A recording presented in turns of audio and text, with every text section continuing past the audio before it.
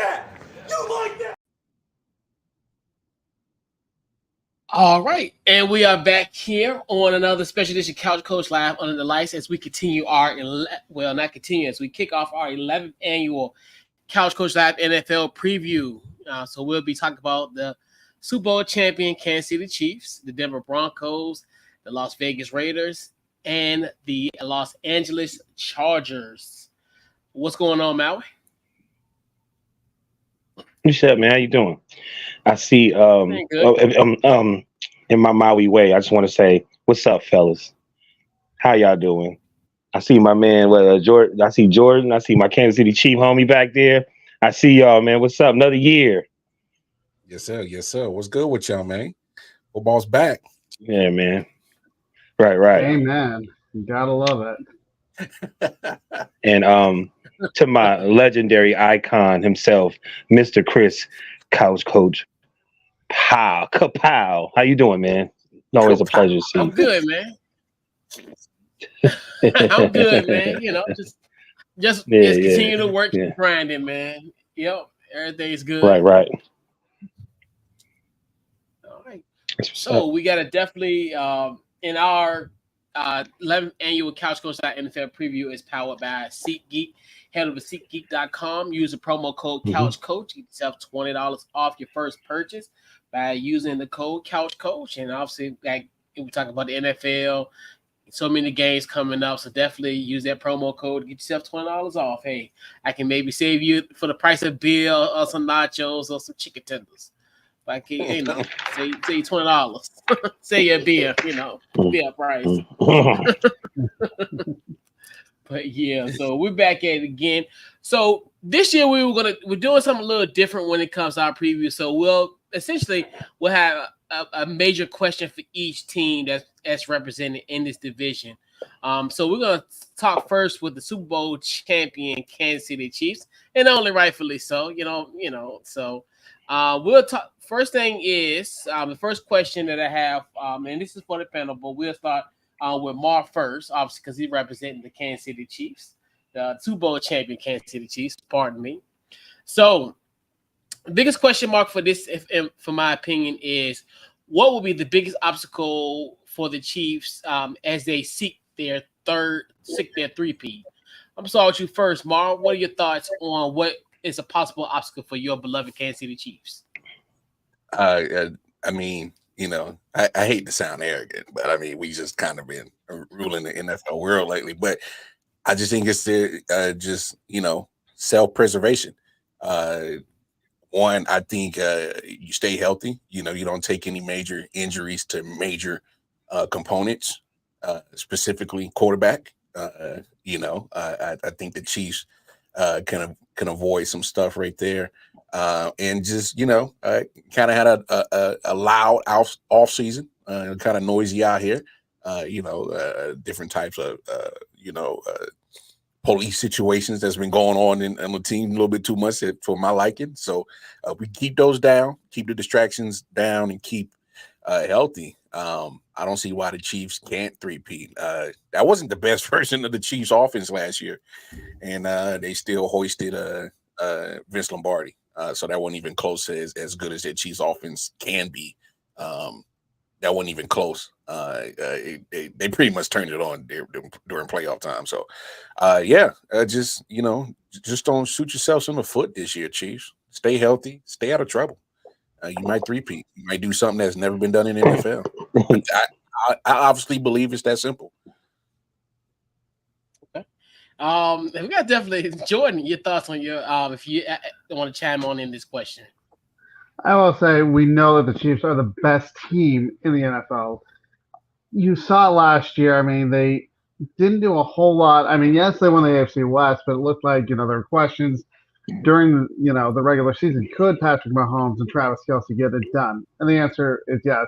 For me, of course, you want to stay healthy, but how much hunger do you have? You've done it twice in a row. I mean, you've been to the Super Bowl 3 times with Patrick Mahomes, won 2 of them. Can you keep it going for a third one? We know how hard it is to repeat, but to do a three-peat, that's even harder because, again, these guys have played twice into February.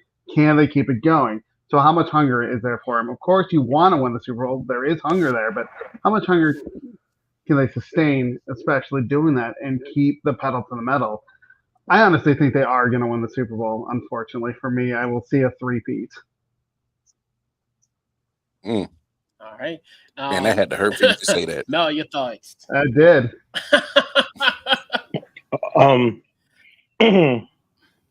So my thoughts is this before I ask the question.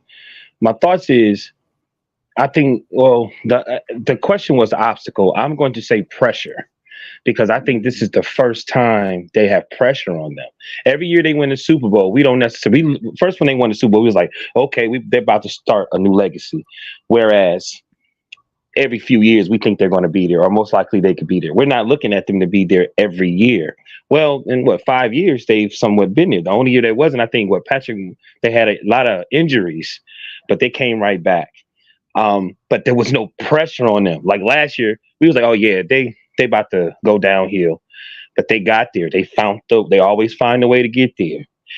I think, and then I think me and you, Coach, was talking about on the Andy might want to retire. He won that Super Bowl. Saw Usher. He was like, oh no, we about to. And I felt like, okay, now the real pressure's on, because now you're not just going against, the season. You're going up against some of these legendary teams that they're going to put you in. You know what I'm saying? I put Belichick, we just going to say the Pats. You're going to do something they didn't do. So now Andy Reid can put that middle finger up and say, Andy, hey, Belichick, you ain't do this. So I think it's going to be I feel like they've never really, I think everybody has pressure every year to win a Super Bowl, but they've never had pressure like this. And the NFL didn't do them any service, because their schedule was horrible. They play almost every day except for Tuesday. So it's almost like when you play the video game and you beating everybody, and then that artificial intelligence, you eat up, like, what's going on? I'm doing the same thing I've been doing, and why all of a sudden the game is getting at me harder? So I feel like this is the first true year they're going to have literally. Y'all remember when the Bulls was winning and they was trying to win all those games, and everybody was going at them? Denver Nuggets beat them. Like, it's going to have that feel to it, like every game. Even teams that you can necessarily say is not good teams are going to play at a high level, which is great. They should be playing at a high level anyway. I think you have to deal with health, but I feel like the Chiefs are smart enough to be deep enough, or are able to motivate players to be on the same page to say, hey, this is what we're trying to do. We're not just trying to win a Super Bowl. Like, we're trying to make history. You know what I mean? That they're going to be in a class of teams from, all different sports. Like, this is something special. So I don't know if they're going to win a Super Bowl, but I think it's what else did I put down?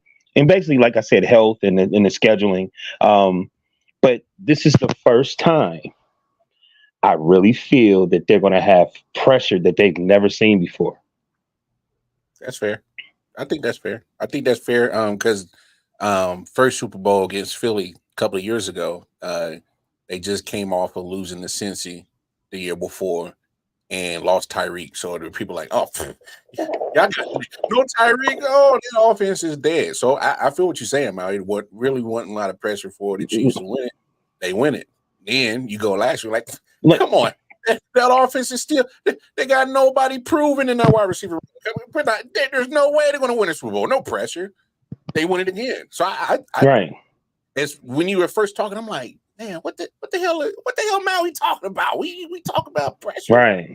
The chips. And then once you broke it down, you really look at it. I mean, it's more like the Chiefs have surprised than actually dealt with pressure. You know what I'm saying? Like, people were surprised they get to a Super Bowl without Tyreek. People are surprised they didn't even reach the wide receiver room. They got unproven people, and they win it again. So it's like, well, damn, how many odds we gonna keep throwing at this team, and they keep winning the Super Bowl? So now you talking about everything you put up as your take with all the history, and Belichick ain't did this, Brady ain't did this. That's some added pressure that nobody can relate to when it's talking about putting your name up to historical people. So, man, I think you hit that shit right on the head, dog. That's real So we talk. got And what else did I pop? My bad. Go ahead. all right. So we gotta bring in our guy D Hop, your rival, Mar, and also yours as well, Jordan. So we gotta get his take on the situation. What's going on, D Hop? What's up? What's going on? What's going on, fellas? How y'all doing? Man, that's wild. Good, man. Raiders fans exist? That's wild. You should say that for Chargers Yeah, fans. Chargers crazy. fans don't exist at all. Man, that's crazy. That's true. No, I mean, especially since most of the stadium is, half the opposite Raider fans team. exist everywhere. It's just Hey, the Chargers fans, man. They stayed in San Diego, Hey, you got a point. You see who ain't here? You see no Chargers people here on the panel at all. Hey, you got a point. Yeah. So D Hop, so to round it off, what is the biggest obstacle that you see Kansas City from preventing them from getting a 3-peat? For what I've seen from last year, I'm pretty skeptical about their offensive line. Yes, they're a great a great run offensive line, but they got to protect Patrick Mahomes better. They just do. And even though Patrick Mahomes had to run for his life a lot of times, of course he's great mobile and running out of the pocket. But at the end of the day, when he's sitting in that pocket and he wants to throw from the pocket, the offensive line crumbles. And I think people can understand what happened on Christmas Day with my Raiders just pressuring Patrick Mahomes. I mean, I'm just saying, yeah, that was the formula at the time. It was. I mean, y'all won a Super Bowl, but we didn't. It's cool. But I think that's the biggest thing that I see. Defensively, I think they're fine. I feel like losing Snead is a big loss. In my personal opinion, I think y'all losing Snead was a big loss. But I just think offensive line, if they could get the actual great protection for Patrick Mahomes, and I think that's the only pretty weakness for the Kansas City Chiefs. If that offensive line could be good and, keep Patrick Mahomes upright and he's not limping and having ankle problems and knee problems and all that stuff because of the offensive line is not protecting him, then, that's basically it. It's not really too many flaws with the Kansas City Chiefs. Yes, you do have two new receivers with Hollywood Brown and Xavier Worthy. Yeah, they're going to come along, but offensive line, that's where it starts at. Defensive line, that's where it starts at. So if those two could get gelling, Kansas City Chiefs will be fine. Yeah. Mine's is 2 words. It's got to be Patrick Mahomes. I think at the end of the day, and we talked about this Kansas City Chiefs ad nauseum. There was so many points. They do uncharacteristic things, but they overcome it. I remember one time we was like, Patrick Mahomes sometimes is willy-nilly in the pocket, and sometimes he makes some dumb throws, but he overcomes that. We talked about like the thin wide receiver room that, as D-Hop said eloquently, Christmas, we thought his Kansas City Chiefs team was dead to rights. We was like, oh, there's no way they're going to, this is the first time they're ever going to be on the road for an AFC Championship game. They get it done. They were up 10 points. They were down 10 points at Baltimore. And MVS makes a catch that he probably will never make in his lifetime ever. That's almost David Tyree-esque type of catch to end their season. Kansas City has escaped what many people thought that was going to be their downfall, and it's scary. It's every time that you have presented some type of evidence that other teams have, we've looked at them from a historical standpoint of, when teams do this, they're going to fail. But Kansas City, for some bizarre reason, always gets it done. Like, if you would have said December 26th that this team would have won a Super Bowl, I'd be like, no, not the way they played yesterday. They fled against the Raiders, and all that. I'd have never thought that they would have gone to Buffalo, even a hot Buffalo team, then go, to Baltimore and win, and they just overcome the odds. And I think the only person is going to be Patrick Mahomes. And even in that Super Bowl against Philly, he took that hit at halftime. We're like, is it, even if he took the hit versus Jacksonville in that second round divisional game, it was like, he done, but they find ways to win the football game, and that just shows you kind of the greatness of the Chiefs. It's bizarre, but it happens. Yeah. Let's see. Word. So we'll transition. So we'll transition, as you guys will talk a little trash about y'all beloved LA Chargers. So let's talk a little bit of the Chargers. So Jim Harbaugh now is a coach of the Chargers. Will he make an immediate impact on this Chargers team? I'm gonna go with you first, D-Hop. Your thoughts on Jim Harbaugh and his impact this year with the Chargers? I'm gonna be completely honest with you here. I think it's going to be it's going to be a very interesting year for him because, yeah, you lost Austin Eckler. You still have Justin Herbert, no Keenan Allen, no Mike Williams. You have very, very young receivers that's very inexperienced. And I mean, just like I said before with the Chiefs, they got to protect Justin Herbert. Even though he put up this money, this guy gets hit left and right. And I really hope Jim Harbaugh comes in and change that. But at the same time, it's the Chargers. I'm not expecting nothing different this year. I'm just not. They're the chokers. We call them the chokers for the reason. So I'm not expecting anything different. Offensively, they lost a lot of weapons. Defensively, they're getting old. Joey Bosa and Khalil Mack is getting up there in age. They're not young when it even what's the safety's name? I forgot his name. James. Yes, he's injury prone. You see him like 6 or 7 games of the year. So I just don't see. I see the impact. I see it for longevity, but in this first year with this division, I don't see it. I don't see it right now. So when it comes, hey Anthony Price, what's up, my brother? But I already know who that is. But at the end of the day, listen. Chargers is Chargers. We gonna kick. I think every team in this division is going to kick their ass like they do. So yeah. I don't care. This is not college football anymore. This is not college football anymore. This is not Michigan. Sorry, it's not. Now the show has begun. My man D-Hop setting it off. Right. Mel, your thoughts on the Chargers and Jim Harbaugh?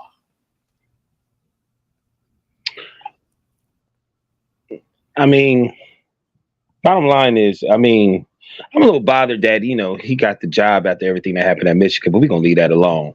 But I'm not going to say anything negative about him. He's there. He's got to change the whole setup. He's got to get everybody to buy into his system. They won 5 games. Damn.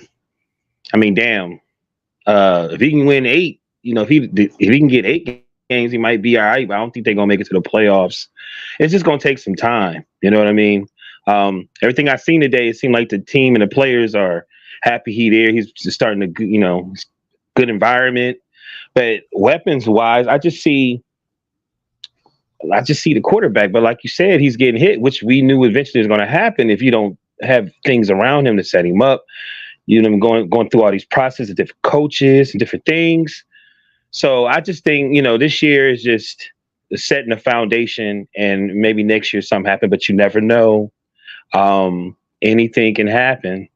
Like I said, if they can squeeze out an additional 5 games, you never know. What's your thoughts, Mar? I mean, my man D-Hop said it perfect. I ain't expecting much from him. Jim Harbaugh comes in all of a sudden. Look, say what you want about Kellen Moore as an offensive coordinator. He had Justin Herbert throwing that ball. But like D-Hop said, he's going to get hit. Now, you're going to turn a quarterback who loves to rip the ball down the field into pretty much a game manager. That's what J.J. McCarthy was, let's be honest. We talking about getting a running game. Jim Harbaugh is too old school. He is let's run the ball 60 times a game. We're in a passing league. You got the passer, but you like D said, you lose your top receivers who were injury prone. You replace them with young cats who ain't proved a damn thing. You take Austin Eckler, who's a Swiss Army knife, and just give him away to Washington. And don't forget, You replace him with Gus Edwards. Oh, injury prone. Why you think Baltimore didn't offer him a contract? Hello? Like D said, your defense getting older. What, Khalil Mack and Joey Bosa? Well, Khalil Mack, he'll be around at the end of the year, but he'll be playing for stats because the team ain't going to be in contention. Joey Bosa, let's hopefully we get half a season from him. Derwin James, let's hope we get half a season with him. So what are we talking about? You can change the coach all you want. You can go from Anthony Lynn to Staley to Harbaugh. They're going to deal with the same problem. Old talent on defense, not enough talent on offense, injury prone. Let's not forget the Chargers are one of the most injury prone teams in all of football. They stay hurt. It's almost like watching a rerun of MASH every week. Somebody hurt in that damn organization, and it's key players. So they never had their best talent on the field. I'm not expecting nothing. What, Harbaugh comes into the door and all of a sudden, hey, we're so healthy over here. No, what are we talking about? Come on, man. Chargers gonna charge. All right. Have you ever put a charge in the socket, but the damn thing, the cord cut? What it do? You don't charge not a damn thing. That's what we get every year from them. All right. Let's wrap this shit up. All right, what you got, Jordan? I have to agree with everybody. We're looking at can Harbaugh making any immediate impact here. I don't think it's going to happen this year. They needed a coach to help Justin Herbert. They've wasted too many seasons. I don't think it's going to happen this year where they're going to make the playoffs, make a run. Will they be better than 5-12? Yeah, but I don't see them doing much in the playoffs or even getting to the playoffs. I can see if he wins one or two more games. That's at least, like Maui said, making a foundation. But for them to make an immediate impact with Jim Harbaugh, not going to happen this year. Agreed.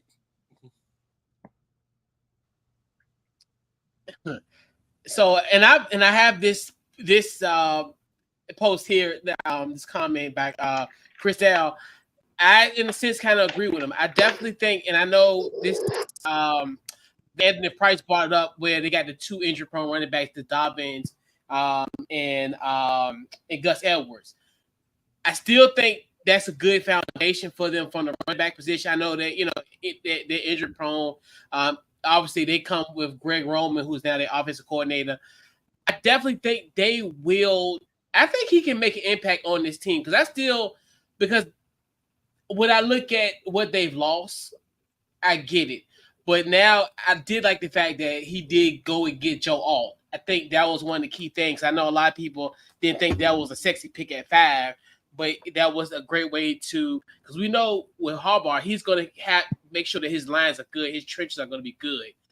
I definitely think there'll be a team, I think, that's going to be a headache for all you guys down the road. And I think even in 2024, will he make almost like a San Francisco type of situation from the transition from like Mike Nolan to him in San Francisco? I don't think that, but I definitely think he will make he'll make an impact for this Chargers team. I definitely think they're a team. I think they have the right guy in this place. I think they get a guy that brings that energy. I think that they needed that. Obviously, we talked about Brandon Staley. Through in the stars of the show, he was supposed to be kind of that new next guy, and but I definitely think he will make an impact for this team. I definitely think popular opinion, but I think the Chargers going to surprise some people this year in a weird way because it's always the year where you don't think they're going to be good. They do something. It's the crazy thing about the Chargers. The Chargers are the most weird team to figure out probably since I was a child. And it's weird. It's crazy how this team is. But I definitely think the Chargers are going to make some noise. For sure. Now, I just want to throw this in here real quick with the Chargers. For me, I think it's really no matter what the coach is. The question is, can the Chargers execute when it matters? That is the biggest thing 100%. With the Chargers in the last years. Even with no matter if it was Brandon Staley or before Brandon Staley, it comes down to, can they execute when it matters? Can they execute when the game is on the line? And that's been the biggest thing for the Chargers on why they have not been in the playoffs in the last couple of years, because they don't execute. You could blame the coach all you want, but if your players are not out there on that field executing, how much can you blame the coach at this point? 100%. I agree with that because we've seen it they've been in playoff contention going into the stretch run, like you were saying there, and they have lost it in the end, especially in those tight games. And that's what it's cost in the playoffs. I don't remember what their record is in one possession games, but it wasn't very good the last 4 years. It's been terrible. Probably one of the worst teams. And that dates back. So that dates back to probably Anthony Lynn. It dates back prehistoric days. It goes back that far. It probably go further than that. Than Anthony Lynn. Oh, for sure. Probably North Turner. Hell, maybe, yeah. North Turner, damn, you showing your age, Couch. I mean, listening to everything that you guys are saying, one of the first things they probably need to do, they're in California, man. They need to figure out a way to make some noise and get people to pay attention to them. You know, they one of the last teams anybody really want to talk about or see in that region. You know what I mean? Like, there's a lot more they got to do than just, I mean, definitely you could say winning, but just listening to you guys and just stuff I was looking today, I was like, man, he got to give like free pizza or something, like, free. He got to do something, man. Food pantry, I don't know, like, you got to do something, man. Yeah, way more. Maybe a free boneless wings on Thursday or something, like, you feel me? Like, bubble, but the Rams and the Raiders were in California. Sorry. Well, the Rams now own that. That's exact. Now you're not bursting my bubble. You're not bursting my bubble, but that is exactly what I'm saying. You got to do more than just think that, execute on the field. It's a community thing too, but ain't nobody paying attention to them, and that's why they go through all the stuff that they've been going through all those times, because ain't nobody checking for them. So Raiders and Rams. I find it funny that every year. I find it funny every year. ESPN, NFL Network, FS1, them fools get on these shows for the last 5 years. Chargers, they coming this day here. Hey, how many times we gonna fall for that damn banana in the tailpipe talk? Yeah. I stopped believing in it 4 years ago. Yeah, so, but my thing is like George, you dare to be in this division every year. We see this every year. They get hyped up to be one of the teams that's gonna break through, make a playoff, possibly get a chance to get a play in the Super Bowl, and they collapse. So I mean, the national media, and that was with Anthony Lynn. That was with Brandon Staley. Man, they really gonna go crazy now that Harbaugh, and then they about to take the rust off an old '87 Buick bumper. The way they about to suck off them boys, like it's crazy, dog.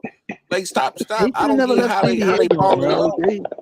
They should never left San Diego when they moved to LA and to share a stadium with the Rams. That's where they went wrong at.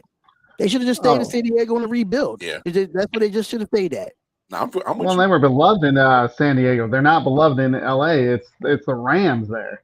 Yeah, it's the Rams. And, it's always going to be Raiders in LA. That's where we originally from. So No.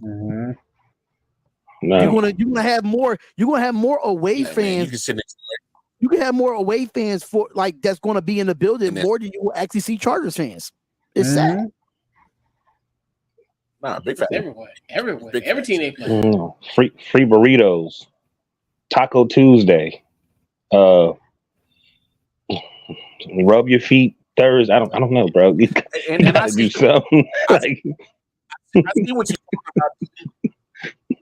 I don't think we're underestimating Harbaugh's his impact. I don't think none of us are underestimating that because we've seen him turn around programs, but it's not instant. We can't act like this is an instant turnaround for the Chargers just because they hired him. I think it's a step forward, yes, but it's not an immediate impact. First of all, I think the Broncos, the Raiders are going to be better than them. And you're talking about going against the Chiefs. That's 6 games. That's not an immediate impact that the Chargers are all of a sudden tops of this division now. That doesn't happen like that. Right. Just because you hired a coach, like we've all been saying, it has to be buy-in. There has to be healthy players that are the talented players on the field available. They have to have so much. I think the Chargers have so much question marks of unproven stuff. It's hard for me to put them above any other of these 3 teams. They have the most question marks out of all teams. Sure.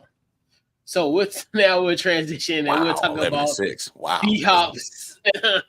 D-Hops Las Vegas Raiders. My So can the Raiders compete? 11-6. 4-13, bruh. Yeah, I'll take 7-10. Are you living under a rock? Hey, Where the hell you been? That's a Chargers fan. That's a Chargers fan. That gotta be a Chargers. That's the only Chargers fan right now in the West. All right. I'm looking at that 7-10. I'd take 7 wins right now for my Broncos. All right. The fact that he So said, we're gonna talk "You're about a the realist?" Las Okay. Vegas Raiders. So we'll shift the focus to the Las Vegas Raiders. So we'll start off with D-Hop. So can the Raiders compete in the AFC West? I'm gonna go with you first, D-Hop. What you got? I think we could compete because look at our defense. If you look at when Antonio Pierce took over as the interim head coach, we went from almost dead last in the league under Josh McDaniels to being a top 15 defense, almost damn near a top 10 defense in the league. If you look at it, we was the number 1 team in the back end of the season in takeaways. Something that the Raiders don't do is take away the ball. And you've seen that when Antonio Pierce came in as the interim head coach. You've seen a culture shift. You've seen excitement out of these players in the locker room. They were so depressed with Josh McDaniels. I'm sorry to be rude, but Josh McDumbass. That's what I call him. So I never wanted him from the beginning. I never wanted him from the rip. But Antonio Pierce comes in. And he puts the Raider away as it's supposed to be. I think we could compete. I think we can. I mean, we split with the Chiefs, which we don't really do as much. But I think it's going to be a great 2 games between us two. It's going to be great games against Raiders in Denver. And we might put up a 60 burger on the Chargers again. Who knows? I'm just saying, but I think this team could definitely compete. The fact that they say 4 wins for us, that goes crazy. Understanding that we lost, Josh Jacobs, but people underestimate Zamir White. If you go back and look at him, at Georgia, the boy, he's a big boy. He's a bowling ball. He's a bowling ball on wheels, and that's exactly that's why we drafted him. So I'm very excited to see what this season looks like, and I think we can compete. Do I say playoff berth? No, but is it going to be an improvement from last year? Absolutely. But if we make it to the playoff, that is surprising. It's really going to start off. It's really going to start with our quarterback position. It's really going to start on the offensive side of the ball. Defense, I think we're fine. We have not lost. We didn't lose really anybody in the offseason besides Amik Robinson and a few others. But other than that, the core is still there. And we added Christian Wilkinson on the defensive side of the ball, out next to Max Crosby, and Malcolm Koonce was coming on to himself as well. So it's really the question marks is really the offensive line and that quarterback. That's really what it is with us. Thoughts on the Raiders, Mal? What you got? I say yes. They were. You guys were 8-6 last season, right? I feel like they beat the Chiefs, so I think Pierce should be able to take that as motivation for this season. Jacobs is gone, but they got Zamir White, 4.6 yards. He's one of the reasons why they beat the Chiefs. The defense is definitely solid. Top 10, like you said, top 10 to 15 in defense, top 10. The offensive line is solid too.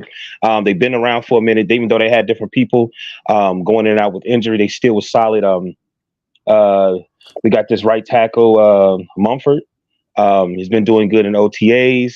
But I feel with this new coach, again, you have these newer coaches are more motivated. They understand. They can relate better. These players want to play for them. And with all the drama that the Raiders been going to for the longest, I think with Pierce being there, I think it's going to be a step forward. The whole concept, I think, of the show today is about the Chiefs, and I think, like I said, that pressure has got to be physical, and I think the Raiders is going to be one of those teams that's going to be extremely physical with them. I'm hoping that if they want to make it, they beat the Chiefs both games. I think that would be very interesting. Like I said, you guys are 8-6. So Chiefs was 11-6, even though they had they say that wasn't their best year, but you were right there. You know what I mean? It's 3 games away. So I'm going to say yes. You know, like I said, they were right under them. That was the Super Bowl champions. They got to do. My only issue is the quarterback position to me. I mean, y'all got the tight end. Y'all drafted a good tight end that even he got good hands, good route running, catch the ball. Only issue is the quarterback, and I'm hope D-Hop you can sell it to me because I'm looking like what? You know what I mean? Like who am I tripping? And it's because I'm like with everything that y'all got, I think that's one of the main issues that the Broncos and the Raiders have had quarterback issues. I can actually agree to that, but I mean, at this time, if you look at our draft position, I don't think Antonio Pierce wanted to risk moving all the way up to go get a quarterback, and I'm just being completely honest there. If you look at the free agency when it comes to quarterbacks, what was really available for the Las Vegas Raiders to go out and get a quarterback at that time? Yeah, Gardner Minshew, he won games in this league. He's not a scrub, but he's not the elite of the elite when it comes to the AFC. Right. I mean, I think AOC came in and it played really okay last year. Right. Of course, he was a rookie. He, thank God we got rid of Jimmy Pornstar Garoppolo. I'm so happy we got rid of his behind. Watch with Josh McDumbass. But at the end of the day, it's not really selling. It's really them selling it to us as a nation, as a fan base, or who's going to win this. Because at the end of the day, we got a whole new offensive coordinator in Luke Getsy, whole new coaching staff. So it's really going to see who can come out in training camp in these preseason games. Who's going to be our starting quarterback? But I mean, I understand where you're coming from, like, who the quarterback are. But if you look at the market at the time that free agency was around, it was nothing there for the Las Vegas Raiders to go out and get. And knowing that it was like on the back end of the draft to try to move up to try to go get Jayden Daniels, I think that was too crazy of us to do. So we just stayed where we at, and we got Brock Bowers there. So it was a smart move. But hey, it's all about the quarterback play at the end of the day. So you just got to see what they do in preseason and training camp, and you'll find out who our starter is. Basically, I'm saying y'all right there. I feel like y'all right there. I got rid of a lot of the drama. Y'all good. Your thoughts, more? What you got? No, I mean, Raiders go 8-9 last year. Obviously, majority of that winning was with Antonio Pierce down the stretch. Right. I don't see why they can't repeat that. That's why I was kind of laughing at Keith's comment 4-13. Don't get me wrong, losing Josh Jacobs, I understand that, but I'm with D. If you actually watch AFC West football, Zamir White was really kind of kickstarted that running game, because once you load the box up, put 8 in the box when Josh Jacobs is not that, you worry about Devontae Adams, yes, but after that, it really wasn't too much that pretty much scared you with that Las Vegas offense. So you shut them down, you get yourself. That's why they had 9 losses. You shut them down. But my thing is I think Atlanta screwed y'all. I think that messed up y'all draft, because I thought y'all was gonna get Michael Penix, and I thought he fit perfect with y'all.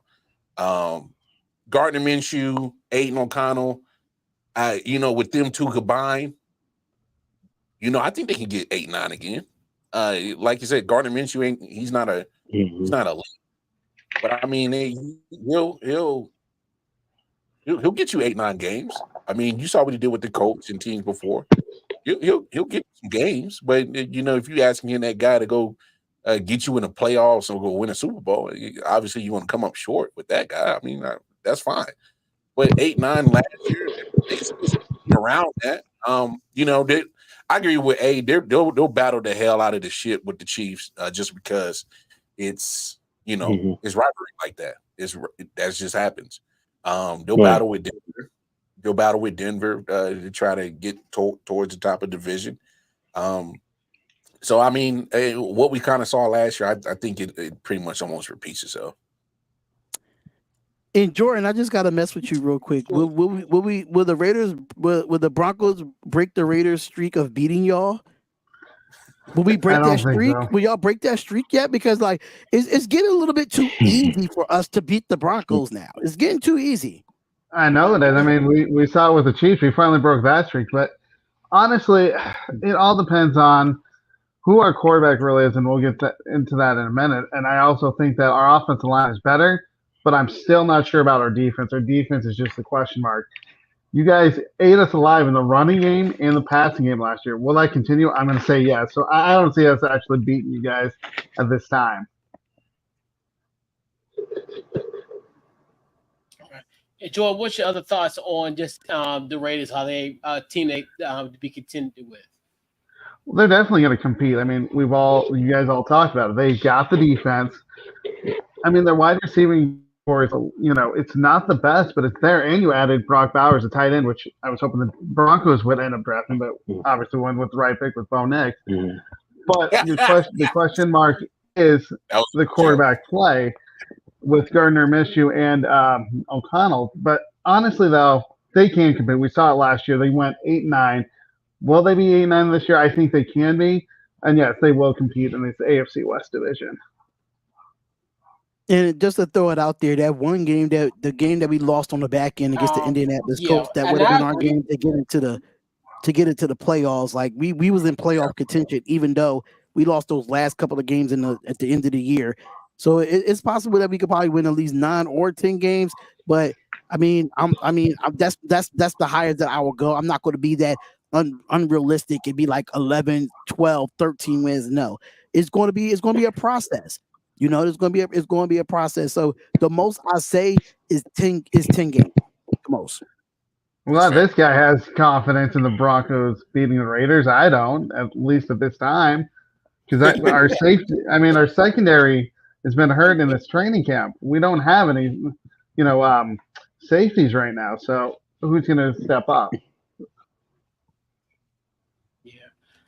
And I definitely agree. I think that the Raiders will be competitive this year. And obviously now you have a full season with Antonio Pierce, so that's definitely going to give them more of a jolt. They definitely play for this, guys. It's no question.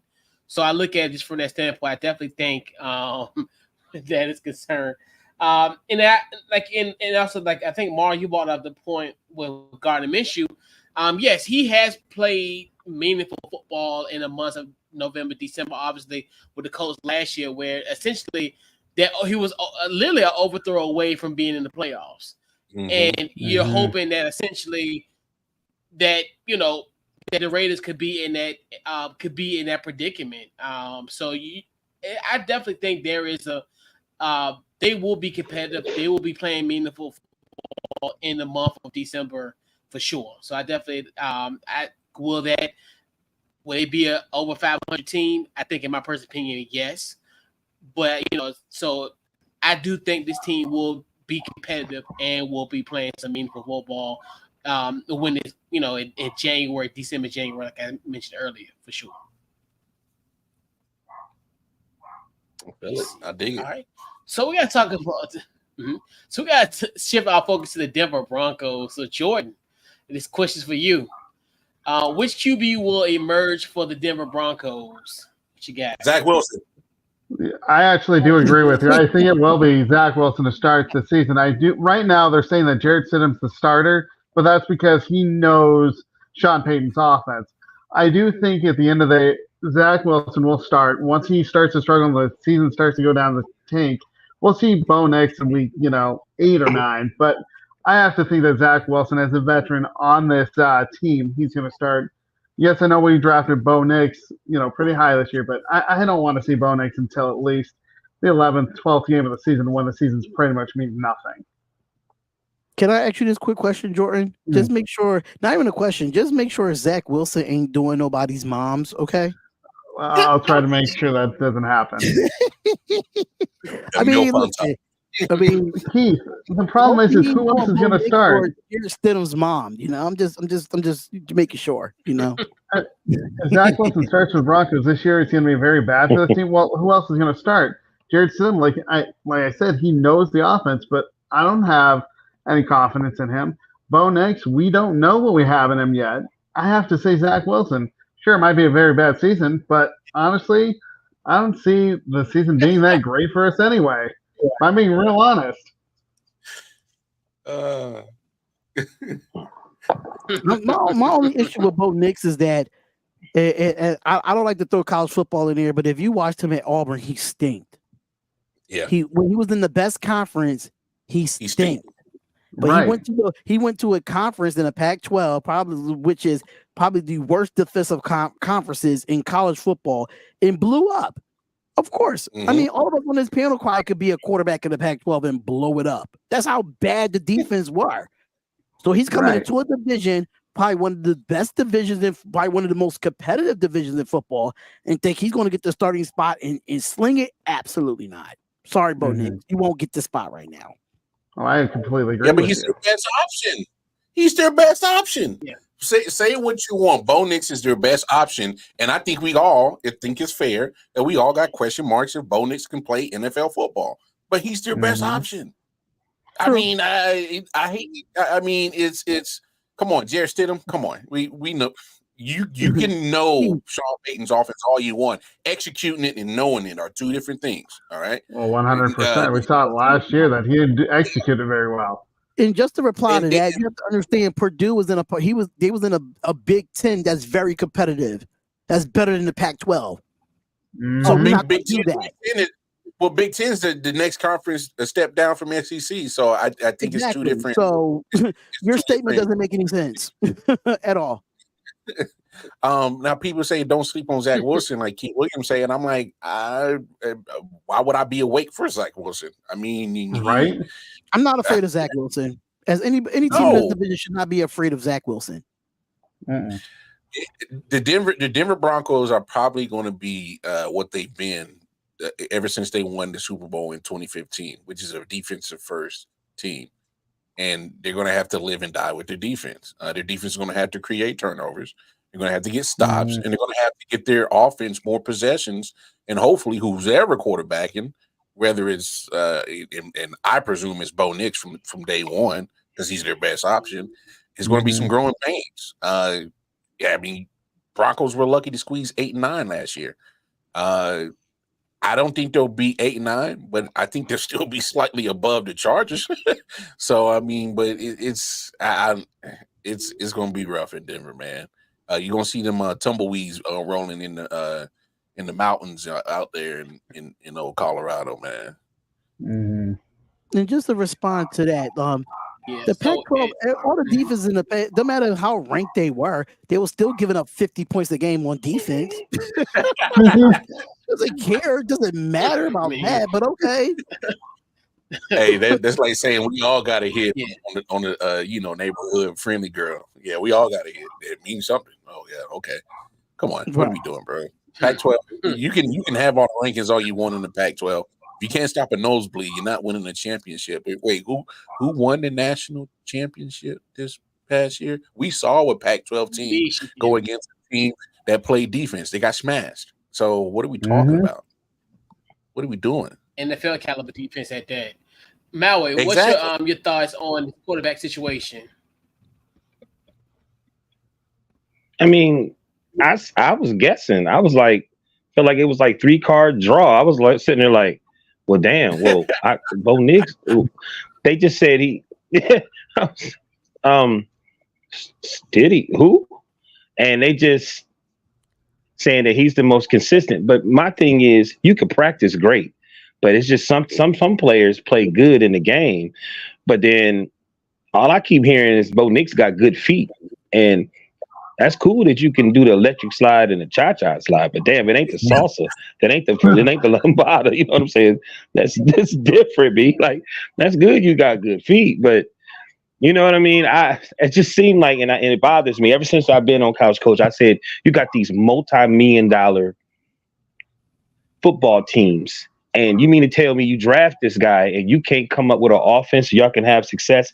This is the reason why the Chiefs have been winning, because they designed something for Patrick Mahomes. He got that offense, and then he grew from that, and they got exotic with it and start building other things. Yes, players get hurt, But guess what they do? Okay, we're going to use this other option. And then, okay, that opens up for Juju. That opens up for all these other players. And I just don't understand. The Broncos is in the same situation before they got Russell Wilson. And even when they got Russell Wilson, there was an issue there too. I don't really know. It is the Denver Broncos. And I would say John Elway is rolling over in his grave, but that Bama is in the organization. He probably half of the problem. I don't understand. So I really don't. I'm going to say, because I'm going to be honest with you, I'm a Steeler, and I saw Zach Wilson when he played for the Jets, and he lit us up. We were supposed to win that game, and I don't know what the hell happened. He lit us up. So I'm gonna say this. I think it should be him, but the NFL and I don't think the NFL want him to be there because I just seen something they're talking about waiving him or getting rid of him, but he might be their best option.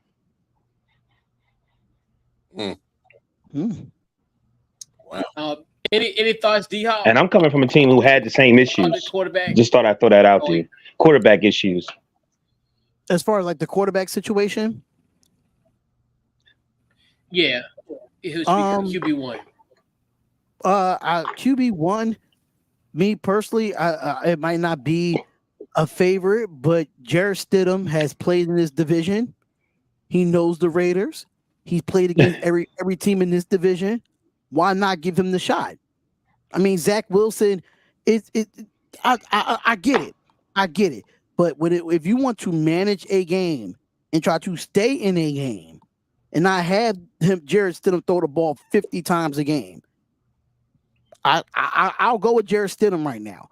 Even though Jarrett, only reason why I say that because Jarrett Stidham used to be a Raider, and I saw what he did when he was a Raider. He could be very mobile when he can be. He has a good arm, and I think if you establish a running game and help him out in that running game, it will be absolutely fine for Jarrett Stidham. I'm not trusting Bo Nix at this moment. I'm not trusting Zach Wilson just off of previous of what I saw. So if you want to talk about off of previous of what we've seen in the last year or two outside of Zach Wilson and Jarrett Stidham, I'm taking Jarrett Stidham over Zach Wilson. Bo Nix still has a lot to work with.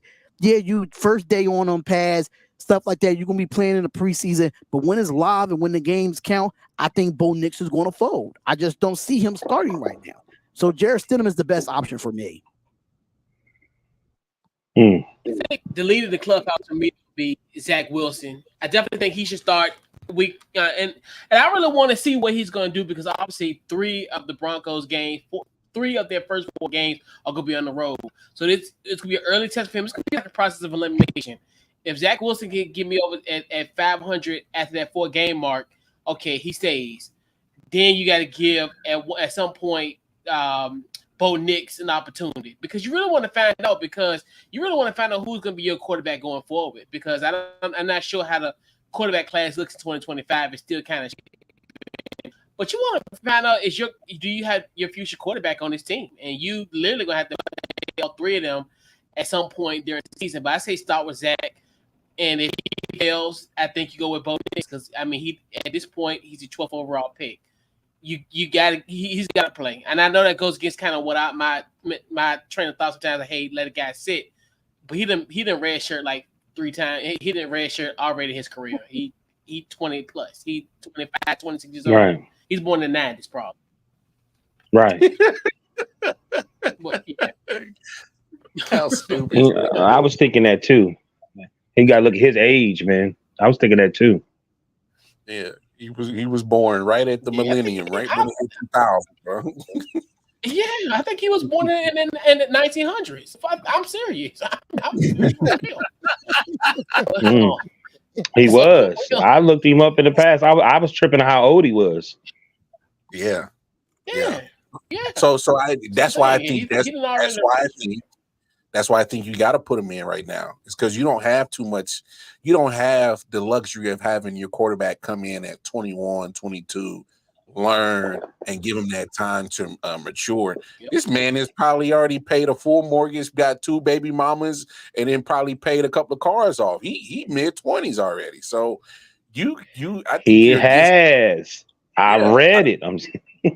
Look, I think you have to get that Father Time wall right there because once he's mid-20s, once you hit 30 in the NFL, they're already starting to talk about your downfall. So then once you hit mid-30s, you're coming out the backside of your prime. So I mean, you're losing at least 3 to 4 years on his prime years that you could possibly build a team around him and win. So I don't know. He's the better option. I hate to say it. I know Zach Wilson has the experience, so does Stidham, but that's your best option. And you can't keep getting quarterbacks in the first round and you keep coming up short.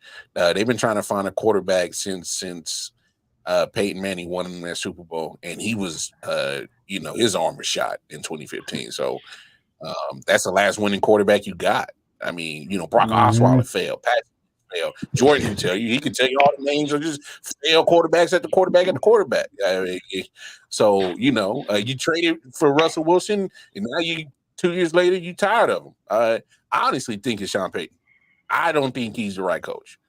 I don't think he's the right coach to deal with this scenario that you guys got.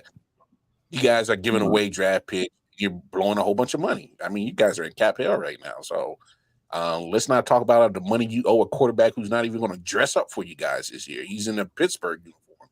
I mean, I just think you guys have just been making bad moves from top to bottom, from franchise up top, from organization-wise to coach. And players have to suffer. Now you got just one of the worst offensive lines in his division on top of that. That's been the problem with us since Manning's retired. We have not had an offensive line to keep the quarterback upright. That's what's made me upset about this whole let's get rid of Russell Wilson. You don't know how good Russell Wilson was because he didn't have the line. I don't care what quarterback you have. If you're not going to protect the quarterback, as we all know, you're not going to be successful. Exactly. So. Agreed. Sure. All right, so we'll make this one quick. Russell Wilson went to the Broncos to get a contract because he knew they was going to pay him. Well, that goes back to our general manager, who I think should have been fired. All right. So, fellas, name one emerging player or rookie to watch in this division. I'm gonna go with you first, D-Hop. What you got? So, from our perspective teams, or just from the division in itself? In division, anybody in the division that you see. Yeah, it don't have to. It could be anybody in the division. Well, for the Kansas City Chiefs, is a no-brainer. I watched this kid play at the University of Texas. That's Xavier Worthy.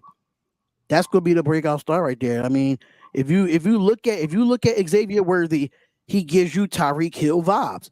He definitely does. You watched him at the University of Texas, and I watched him play because I'm a big college football fan. I even do play-by-plays for college football, and when I tell you, I did a lot of Texas games and watching him as a Raiders fan. I'm worried about that. And just the way his route running and his speed, the fastest player in the combine in itself, fastest player probably darn near in the NFL next to Tyreek Hill. Xavier Worthy is definitely going to be really, really good. For us, I think people might not like this guy on my Raiders, but Jacoby Myers is going to be very, very difficult to defend this year if you definitely have Michael Mayer and Brock Bowers out there. Jacoby Myers is a very underrated receiver. He was probably the second in receiving outside of Devontae Adams last year. So when Brock Bowers get out there, especially when he put Brock Bowers in the slot, they're going to be my two rookies and breakout players for the Las Vegas Raiders, because defensively, we already know what we got defensively. But offensively is going to definitely be, if I had to add Zamir White in here, Zamir White is going to be another one that I'm looking forward to seeing without Josh Jacobs being in there. For the Chargers, I really want to look at these. I really want to look at these two wide receivers. Yeah, it don't have to be for each. It don't have to be for each team, but just for anybody, like a single person. No, that's what I said. A single person. That's what I said. A single person in the division. It don't matter if it's your team. Single person in the division. Xavier Worthy for the Chargers. For the Chiefs. Yeah. Quentin Johnson. Yes, Quentin Johnson for the Chargers. Then I'm gonna say, for me, Brock Bowers is going to be a breakout as far as rookies go, and I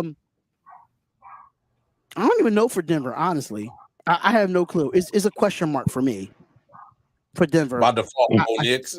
Yeah, exactly. If I had to throw somebody out there, Yeah. it was probably Cortland Sutton. No, you don't. No, another guy that probably, But other than that, yeah.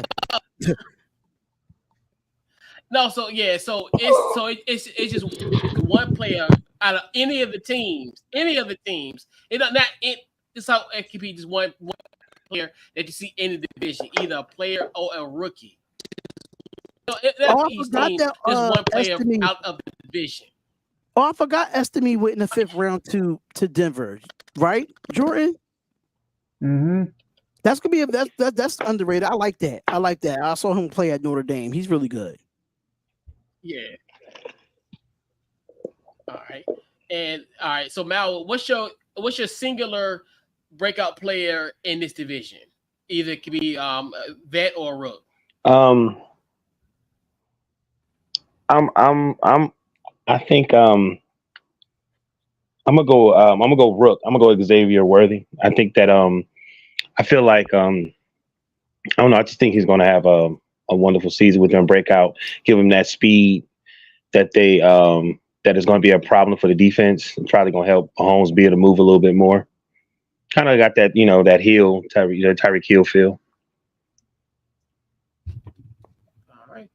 And Mar, who is your singular breakout player? It could be a vet or a rook in this division. I'm gonna go with a rookie for the Kansas City Chiefs. I know everybody's saying Xavier Worthy. I'm not headed that way because I actually believe Xavier Worthy will do well. Y'all look out for Jared Wiley. He's going to be our tight end of the future. He has a lot of similarities. Kelsey played quarterback in high school. Very mobile and agile, finding space and have that connection with the quarterback, as in finding space in his zones and just sitting down. I think he's going to learn a lot from Travis Kelsey this year, and don't be surprised if he actually contributes a good amount of production in the regular season to kind of take the load off of Kelsey and just let his body get ready for the playoff push. And see Jared Wiley out of TCU.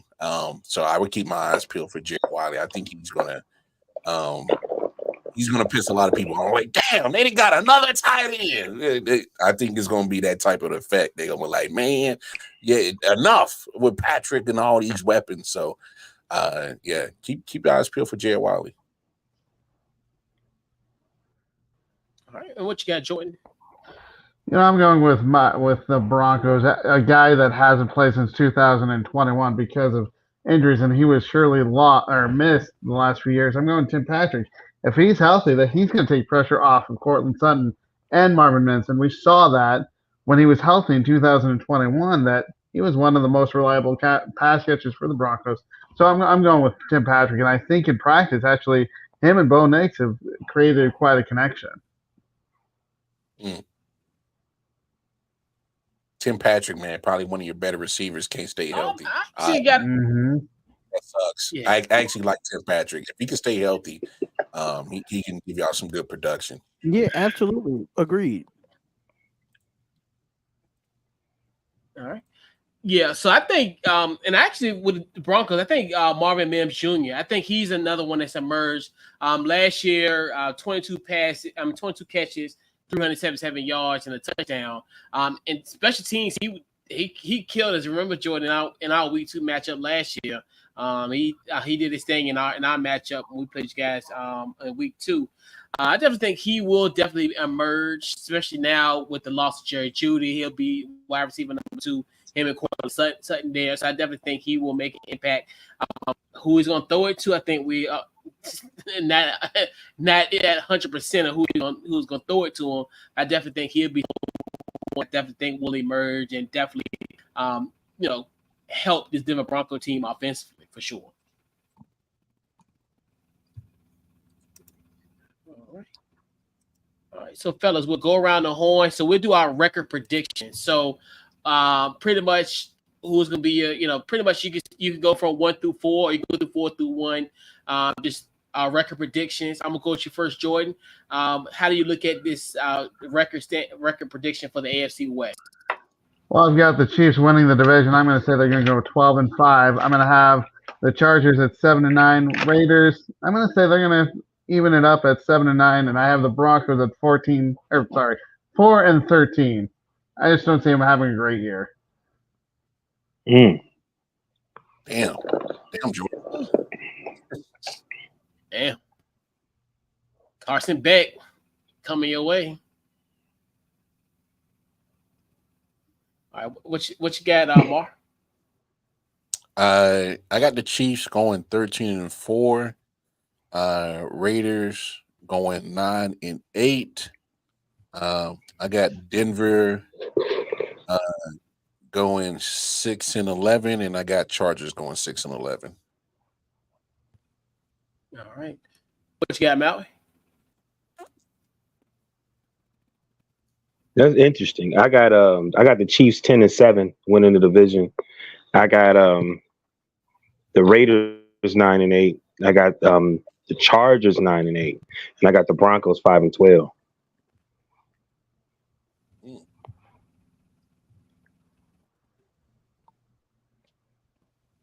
What you got, D-Hop? So I got the Chargers at 13-4. 13-4 for not Chargers, Chiefs. I'm sorry, Chiefs. Chiefs is 13-4. Raiders 9-8. Chargers 6-10.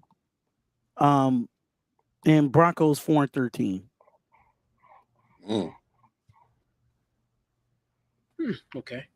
I got the Chiefs 12-5. Interesting. The LA Chargers 10-7. I think they won't make the wild card from my other teams. I think they'll be short of the wild card. The Raiders are 9-8, and then I have the Broncos at 6-11.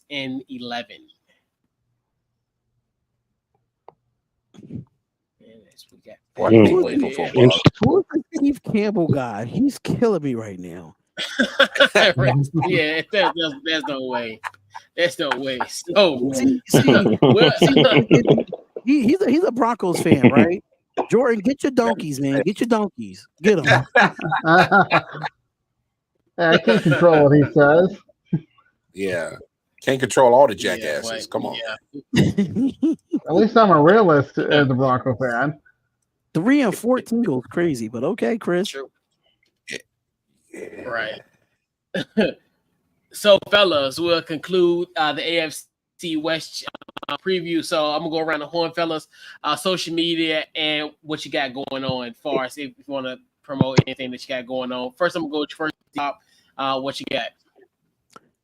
Well, I have 2 YouTube channels. I have the Darian Hopkins Sports Show, and the Nothing But Raider podcast will be coming back. Once the regular season starts. So, follow me at NBR Pod 1 on all social media platforms and D Hopkins Show on all social media platforms.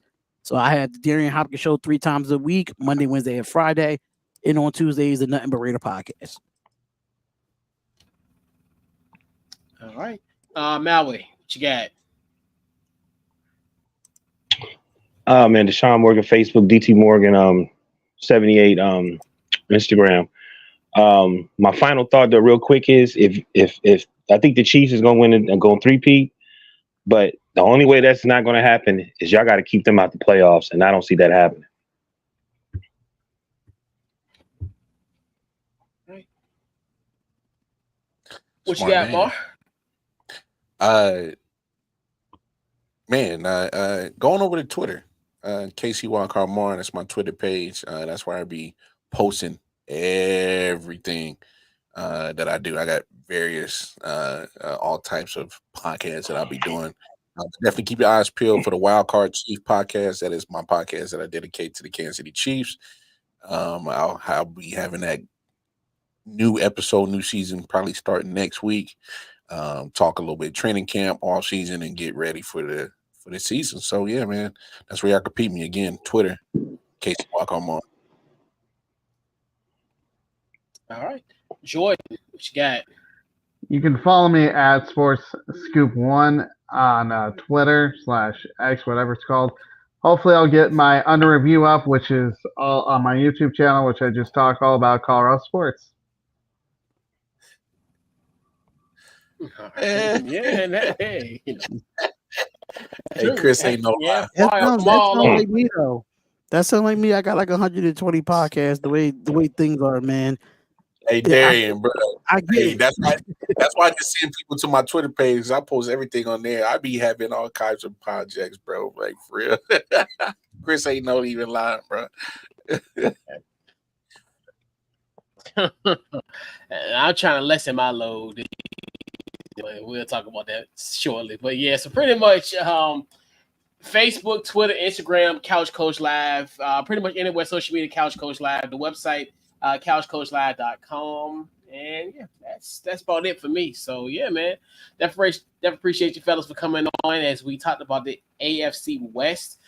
So on Thursday, we'll be talking about the NFC West. So we'll be talking about the San Francisco 49ers, the Seattle Seahawks, the Arizona Cardinals, and the LA Rams. So this wraps up the AFC West preview. We'll catch you guys on Tuesday night. And we're out. Go Chiefs.